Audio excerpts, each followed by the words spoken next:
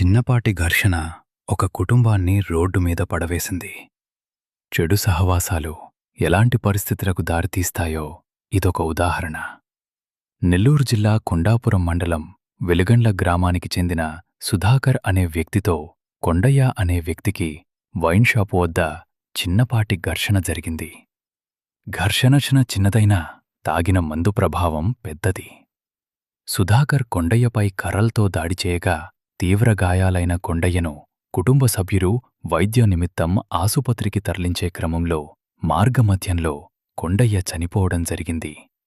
జరిగిన సంఘటనపై కేసు నమోదు చేసుకున్న కొండాపురం పోలీసులు దర్యాప్తు చేస్తున్నట్లు తెలిపారు.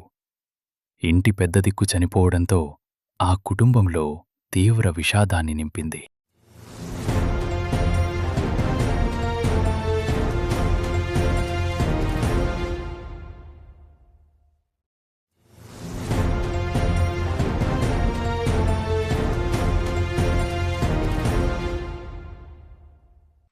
ఆదివారం 25వ తారీఖు నాడు బ్రాందీ షాప్ దగ్గర యామల సుధాకర్ అనే అబ్బాయి దగ్గర ఘర్షణ జరిగింది.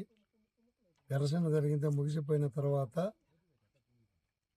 ఎలిగండ్ల గ్రామానికి కొండయ్య అనే వ్యక్తి, కందవరపు కొండయ్య అనే వ్యక్తి బయలుదేరిన తర్వాత మార్గ మధ్యలో ఆ అబ్బాయిని కొట్టడం జరిగింది.